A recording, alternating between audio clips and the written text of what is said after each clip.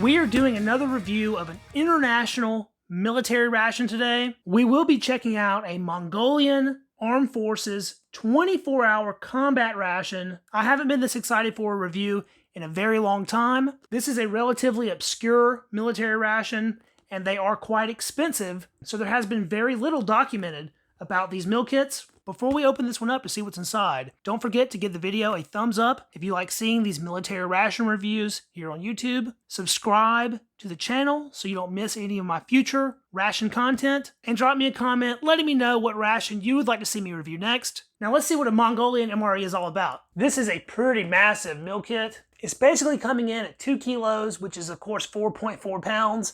That is a lot of food for a single day. I find this sort of Digicam external box to be really cool looking. We have a little Mongolian seal here. Couldn't get this to translate, but this essentially reads Armed Forces Ration Pack Menu 1. On the reverse, we have a small label. Packing date on this was very recent, May 27th, 2023. These have a very short expiration date though, coming in at only 13 months, 6/27/2024. This full ration pack is 4,500 kcals. That is pretty ridiculous. Let's get this thing open.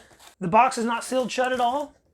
Wow, that is super cool. That appears to be some kind of Mongolian postage stamp with some super cool art and a depiction of Bat Khan. That is really neat. We have a full contents list with little pictures that is both in Mongolian and in English. This ration is referred to as the UUZ1. Once you get into the box, it does have a handle that you can deploy to help port it around. They very conveniently break the meal kit down into 4 different modules. I'm assuming they're numbered in what meal they are, so that would be breakfast, lunch, dinner, and then kit number 4 here looks to be an accessory kit. As usual, when I do a 24-hour military ration review, that meal kit will be the only food I consume for a 24-hour period. Breakfast, lunch, and dinner. So let's get our food pack 1 onto a tray and start checking it out. So I suppose we will get this accessory package open first, since we will be using the contents for this pack with every meal of the day. This ration is the most expensive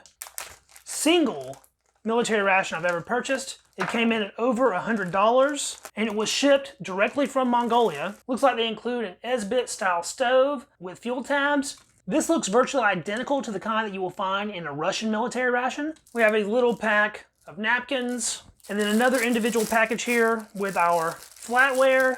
That's a pretty flimsy looking spoon and fork. That also contains a toothpick, a single water purification tablet, and a few more napkins. The last thing in the accessory pack is completely unmarked in a little foil package. Let's see what this is.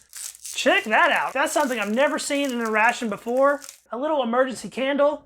That is super cool. Maybe we'll have a little candlelit dinner later in the day. That first pack that I said were napkins is actually a pretty long sheet of toilet paper. And even though this is for military use, it feels pretty soft. It's not bad stuff. Now that we have our accessory pack open, let's see what they included for our first meal here. A liquid package of sea buckthorn juice. Instead of a drink powder, it's like a drink syrup. We have 2 packages of what appear to be some sort of cookie with a lotus flower or some sort of flour on it. A 20 milliliter package of strawberry jam, made in Mongolia, along with an equally sized package of buttercream, a package of Mongolian milk tea, 20 grams of white sugar, a little hard candy that looks like peppermint, a soft tin of liver pate, and then our entree is a 300 gram soft tin of beef with rice. If it looks as good as that picture, this should be pretty tasty. One last thing in the bag, and that appears to be a single piece of Mentos gum. They did include this ration heater, which I plan on using later in the day. For breakfast, I will be heating the tin for the main with boiling water. So while that's heating, we will start by preparing some of our other items. Let's take a look at our milk tea first. It's a mostly white powder with little black flakes in it. Dump that in our glass. Yeah, that smells very powerfully of grains. Not really sweet at all in aroma. It actually reminds me of a wafer cookie in the way it smells. I don't think we've ever checked out a liquid drink mix here on the channel. Sea buckthorn is also a flavor that I've never encountered, so everything about this will be cool to check out. This does say to prepare in 250 mils of water. You gotta be careful not to make a mess with this one. Oh wow, that is a powerful smell. It's actually very jackfruit-like, which I was not at all expecting. Look at that orange syrup. I don't want to leave any of that behind. I can't resist but giving that a taste, just as is. Ooh, that is tart and sweet. It smells a little like jackfruit, but does not taste at all like jackfruit. That's freaking delicious. Now let's add some water to our little slurry here. I do see a few chunks floating around in there, indicating that there is some actual fruit matter in this juice mix. That mixed up outstandingly. Our milk tea has some layers. It's sort of settled in the bottom and it's a bit darker. And then we have the milky bit and then a few of the flakes of what I think is barley on top. So I'll give this another quick stir just to reincorporate everything. And let's give this Mongolian milk tea a try. Whoa, that is salty. Very salty. I was expecting a sweet, milky experience. I'm not convinced there's any tea in this at all. This tastes almost like drinking some sort of soup. It is really, really good though. Surprising, but super tasty. It is warming me from the inside out. This is the perfect item for a cold Mongolian morning. It has a rich milkiness, a distinct grainy barley flavor, and a powerful hit of sodium. Now that I'm getting down to the bottom, it reminds me a little bit of eating watery grits. One last sip there, down the hatch. All sorts of little grainy bits in that last taste. That was fantastic. Let's open up a pack of our cookies or crackers here next. Pretty thin plastic packaging on these. Maybe that's why the expiration date is so soon on this particular meal kit. They are a little bit broken, or maybe a lot of bit broken. There were 6 cookies included per pack. This is the only cookie in that first pack that appears to be unscathed. That has a very pleasant shortbread smell. So I'm guessing this is sort of a shortbread cookie. They definitely have a cool pattern on them. Let's see how it tastes. Oh man, that's good. These are super buttery. Crispy but light at the same time. They're actually easy to bite into, unlike your Russian crackers. It smells like a shortbread cookie, but this is not super sweet. It sort of skirts the line between sweet and savory. Internally, it's sort of light and flaky, almost like pastry. These are outstanding. Move things over to our liver pate here. From what the ingredients were saying, this is a beef liver pate that does include some amount of pork fat, so it's sort of a mix. Oh boy, that's not really pretty. It smells ridiculously meaty. Plop that out here. It's accompanied by some murky, fatty juices. Oh, it is very soft. Extremely soft. It cuts effortlessly. Looks to be pretty fine grain. I'm not seeing any chunks of meat in there. I know pate or pastete is hit or miss with most people. Typically I like it, so hopefully I'll like this one. It said that it was pork and beef, but I'm getting sort of a lamb or goat flavor from that. It is quite creamy, very fatty, super rich in flavor. If you're not into the flavor of like lamb fat, you're not gonna like this at all. Luckily, it doesn't suffer from an extreme minerally irony flavor from the liver. On that front, it's pretty mild. I think it's actually pretty dang good. Let's get a chunk of it there and deposit that on one of our little cookies. It spreads pretty easily. See how those two pair up? Those flavors don't complement each other 100%. The slight sweetness of the cookie is very apparent, and it sort of clashes with the extreme savoriness of the pate. It's not bad, but I might prefer the pate by itself straight off a spoon. The more I eat this pate, the more I like it. It's not heavily spiced or anything. It has a decent amount of sodium. It is a very unique tasting pate though. Unlike any I've had before, it's super smooth and creamy, but it's difficult to tell that that's liver. And having that lamb-like flavor is actually really nice in my opinion. Our main should be sufficiently heated here. Hopefully I can open it without hurting myself. I was expecting it to be a little bit more juicy. It looks quite dry in there. Oh man, I can already smell this, and it is a good smell. Very similar in aroma to some Russian rations I've had in the past. I think it wants to come out all in one piece here. There we are. A little bit of oil in the bottom there. Don't want to waste any of that. Oh yeah, it is steaming hot. Smells deliciously savory. I'm getting some onion smells off of this. Of course, it's very beefy. There doesn't really look to be that much meat in here. There's a few pieces. Sort of a slow-cooked beef roast, Tuchanka style beef. I think we have a little bit of shredded carrot in the mix here. And it has an onion smell, but I'm not really seeing onions. That is a huge serving size. You guys know I like rice, probably my favorite grain. So let's get a big spoonful there with plenty of meat and give that Mongolian rice a taste.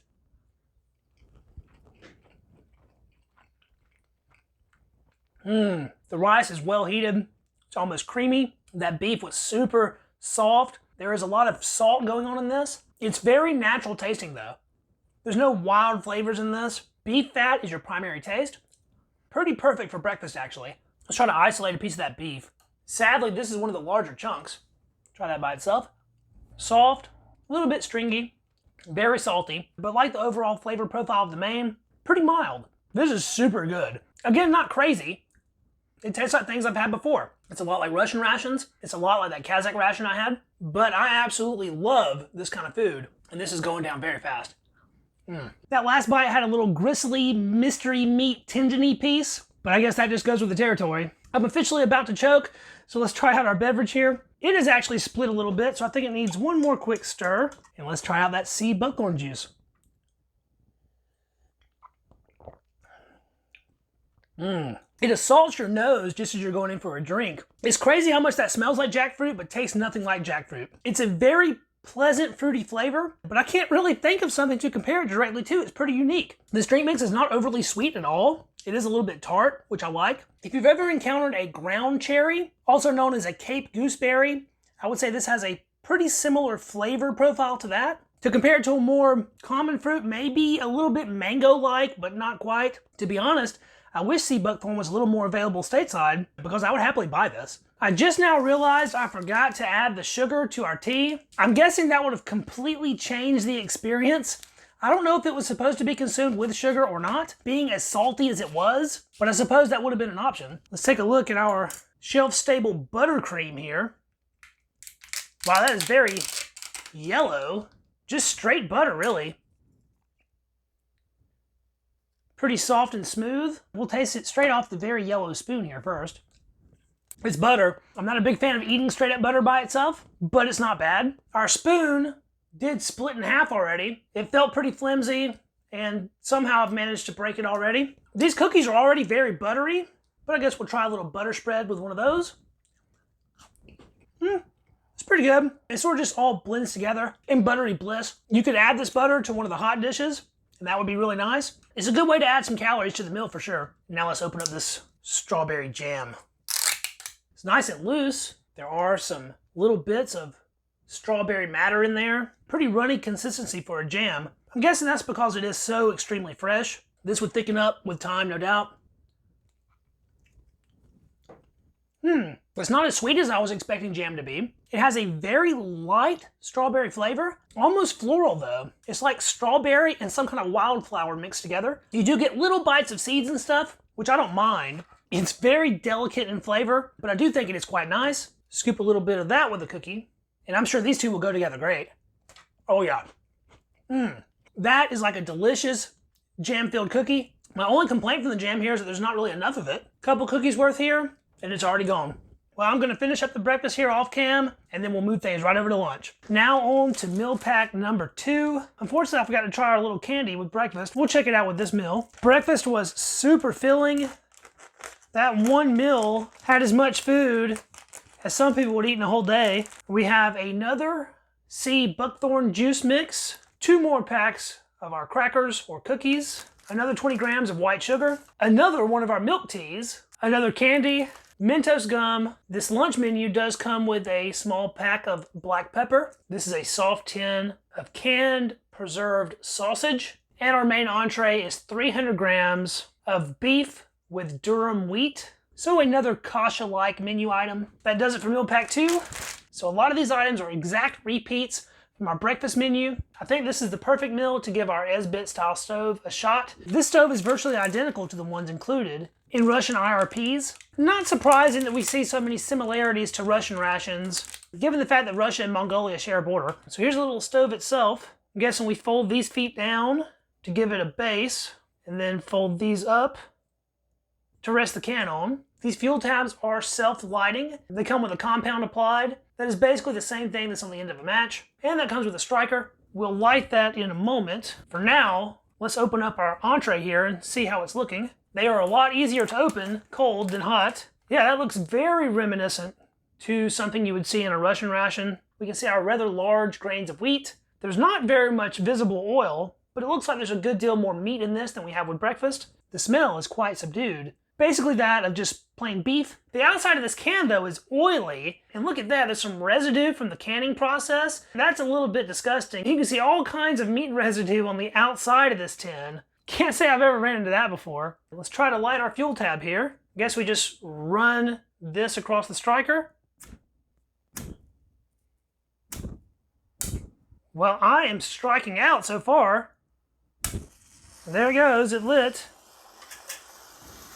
The flame is almost purple, and the fuel tab seems to be burning well, so we will place our entree can right on top. Since we just went over both of these drink mixes in breakfast, I'm going to skip it for this meal. We will take a look here at our canned sausage though. Lots of fat in there, and it appears a good bit of it is actually missing. As I mentioned earlier, this spoon is now broken, but we'll see if it has enough rigidity to cut some of the sausage. Wow, that is actually really soft. Almost pate-like in its softness. This sausage has almost no aroma to speak of. Very homogeneous structure to this, no visible meat bits or even spices or anything, just mystery meat and fat. Let's go in for a bite here. That is very bland. It's salty, and it is extremely fatty, but there is very little flavor to speak of.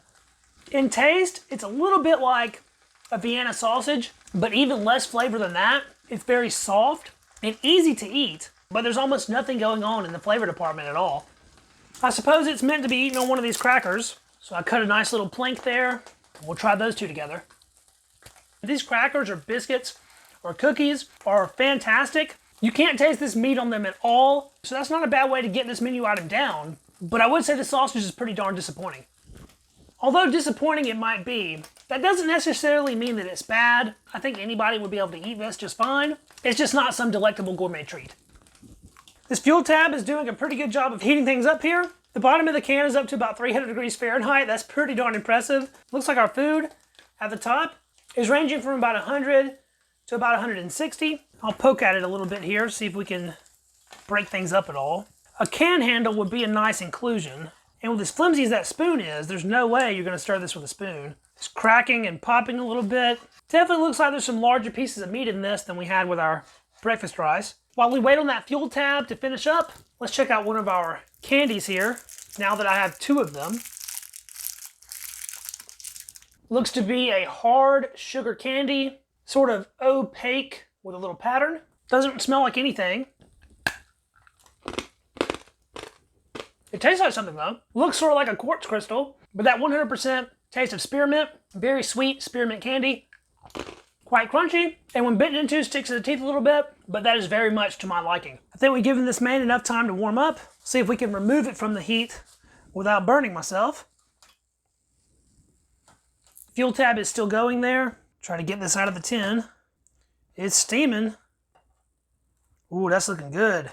We got some crispy bits stuck to the bottom, almost like a Chinese clay pot rice. Of course, this isn't rice, it is durum wheat, but a grain all the same. Even though there was some burn-on bits in the bottom, everything came out very easily. We got all kinds of texture variation in here, from burnt to very soft, a little bit of everything. So in this mix, we have all of our large, pale grains of wheat, and then we have little chunks of beef all in the mix, and it appears to be that sort of standard, slow-cooked roast-style beef. Now there are a couple larger chunks of things like this. Not quite sure what that mystery meat bit is. Either some skin or some kind of gelatinous connective tissue. And then we have a few larger chunks of meat like this one that actually look pretty good and can be broken down into their individual roast beef-like fibers. I'm kind of surprised by how little smell this item has. Breakfast was very fragrant as soon as I opened it. I'm not getting any powerful aromas from this one.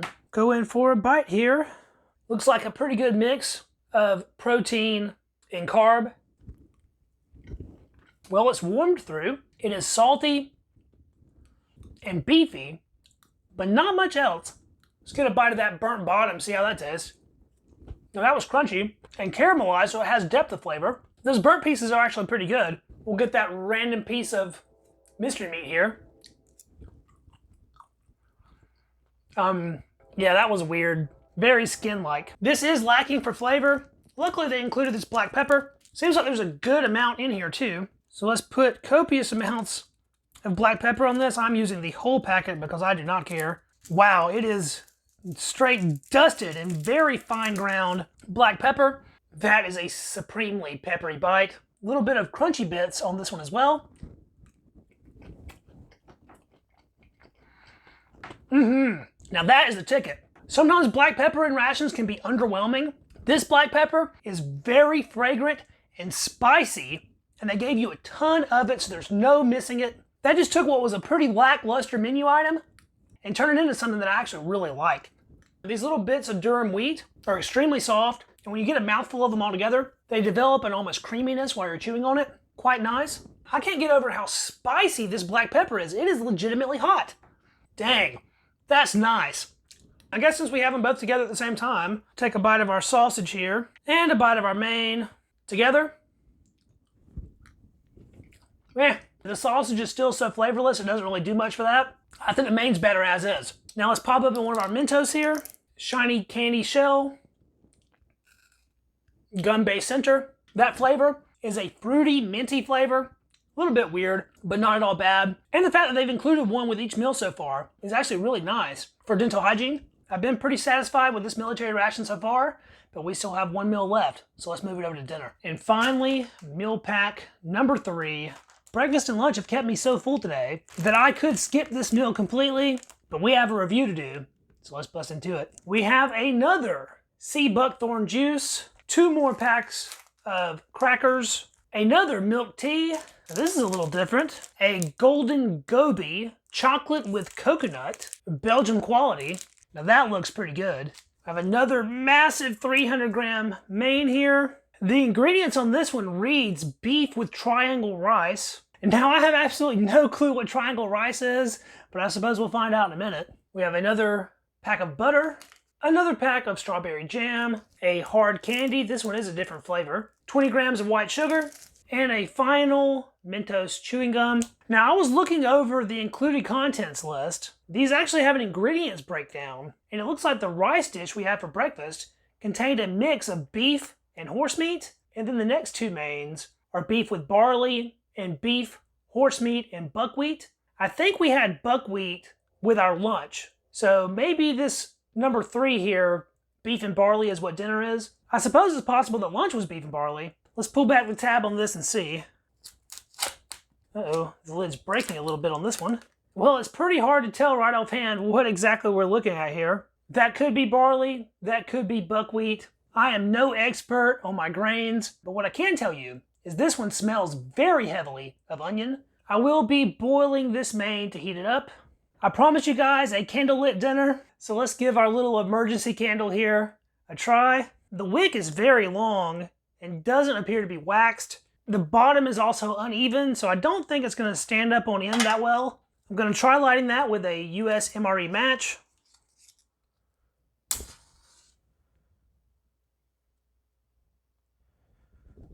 Well, it lit easy enough. Let's see if it can actually stay lit. Looks to be burning decently well.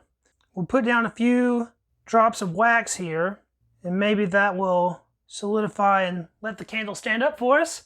How quaint. Unfortunately, most of the other items in this meal we have tried already earlier in the day. I was a little curious about how this milk tea would be if it was prepared with some sugar, so I guess I'll make another one of these. Now this is a very salty beverage, so I think it's going to take a lot of sugar to actually make it sweet. Luckily they provide ample sugar in this ration. I don't think it's going to take 20 grams, but maybe about half of that. The sugar itself is a very large granule. White sugar, add some water to that.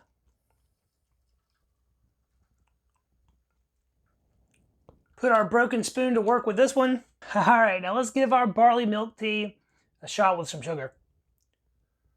It's still overwhelmingly salty. I'm gonna put whatever sugar I have left from that packet in there. I'm not sure what the customs around this milk tea are. I might have just committed a cardinal sin by adding sugar to it. If I pokered this one up, let me know about it down in the comments. I would say the sweetness balances out that saltiness. It's a lot less like drinking soup now. I actually really like it. It's soothing and comforting. A nice mix of sweet and salty. Creaminess from the milk, graininess from the barley. Really a fantastic drink. We'll open up our golden goby chocolate here. It's a little bit broken. Very interesting diamond-like shape. See how our chocolate snap is. Oh, almost no snap whatsoever. It just fell straight apart. You can see the little chunks of what is apparently coconut on the inside. And this is a pretty melty chocolate. I already have some on my fingers. Suppose we'll go ahead and get a taste of that. Very soft, sugary milk chocolate. It's melting very well in the mouth. A little bit of coconut on the back end, and that adds a little bit of extra texture to it too, instead of just straight creaminess. Typically, I'm a fan of dark chocolates. As far as milk chocolate goes though, this golden goby is pretty dang tasty. Follow that chocolate up with another sip of our milk tea. That sweet, salty milk tea goes great with that chocolate. Man, that's a good combo. Now that I can get a better look at it, I'm going to say this is most likely our buckwheat. And what we had for lunch, even though it was translating as bulgur wheat, was actually barley. These serving sizes are nothing to play with. That is a massive amount of grains and meat. So if the contents list is truthful, this is a mix of buckwheat, beef, horse meat, and onions. It's definitely giving off an onion aroma. I see very few larger chunks of meat. This is one of the biggest in the whole package, and even that is quite small. This is also off-putting a slight floral aroma. Get a big forkful there. See how it is. Being completely truthful with you guys, that tastes a little bit like a salty cardboard box. I wish I would have saved a little bit of that black pepper because this entree needs it. There is a decent sized piece of meat in this bite. Now that added a little bit of texture and extra meaty flavor. This is a meaty tasting, hearty menu item, but there's no extra flavors. It's just the natural flavor of the grain and the meat, and that's it. Heavily salted, a little bit oniony. The grain is soft enough, but the meat is so shredded that they just kind of blend together. You can't be mad at how much of it you get though. There is no way a Mongolian soldier is going hungry on this ration. Guaranteed. We'll try this last candy here. This one is sort of an orangish reddy color. I think it's strawberry or something very much like strawberry. And if there's one thing I hate, it's artificial strawberry. So I do not like this candy. And with that, I guess it's about time to blow this candle out. That was our Mongolian Armed Forces 24-hour combat ration, the UUZ-1. Is it a perfect ration? Absolutely not. Is it a good ration?